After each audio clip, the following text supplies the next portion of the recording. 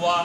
آپ کی اس حدیث کے مطابق وہ سرور کائنات کا خون بھی اس میں شامل تھا۔ پروردگار عالم اس ملک کے استحکام کے لیے، عالم اسلام کے استحکام کے لیے اس وحدت کو، ہماری اس محنت کو، اس کاوش کو مسلمانوں کے لیے ایک بہترین نمونہ بنا دے۔ تارے کا بھاشن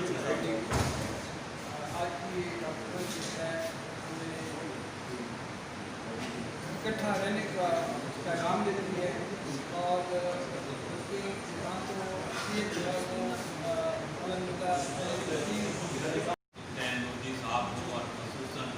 جس کی بنیاد رکھی گئی وہ ہمارے ڈاکٹر، میں یہ سمجھتا ہوں کہ اتحاد کا بہترین نقطہ ہے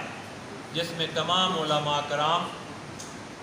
بغیر کسی مسلک کے شامل ہوتے ہیں۔ امام عالی مقام نے یہ جملہ فرما کر کہ مجھ جیسا شخص تجھ جیسے شخص کی بیعت نہیں کرے گا، قیامت تک یہ آدمی کے سامنے بیعت کرنے پہ آمادہ نہیں ہوں، تو یہ کہوں کہ پروردگار عالم اس ملک کے استحکام میں جیسے امام عالی مقام کی بہت بڑی قربانی ہے 10 محرم کو، میں اسی طرح کہا کرتا ہوں، اس دن بھی میں نے یہی کہا تھا کہ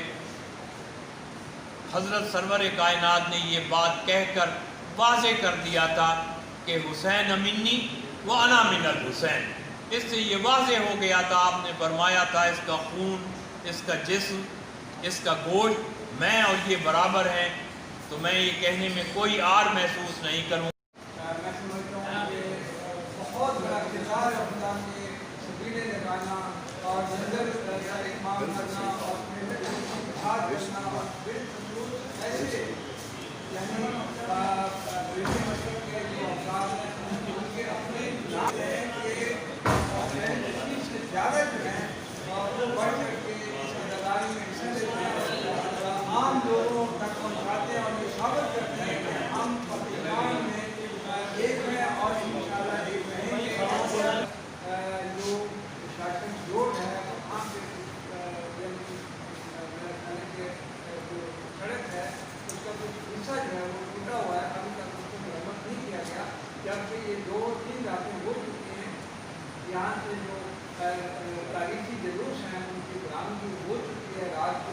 جانے والے، اور وہاں پہ ابھی تک بلکہ جو لال شاہ والا جلوس ہے وہ بھی گزشتہ رات کو